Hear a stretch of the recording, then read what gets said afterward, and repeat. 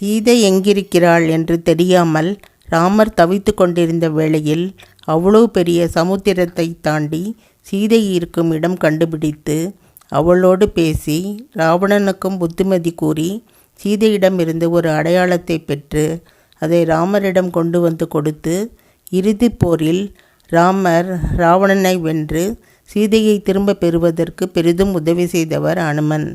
ராமர் அவரிடம் ஒரு வார்த்தை கூறினார். நீ எனக்கு இன்று செய்த உதவியை மறந்துவிடு. நான் இன்று துன்பத்தில் இருந்தேன்.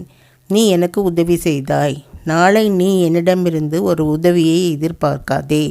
ஒரு மனிதரிடமிருந்து இன்னொரு மனிதர் உதவியை எதிர்பார்க்கிறார் என்றால் அவர் துன்பத்தில் இருக்கிறார் என்று தானே அர்த்தம்.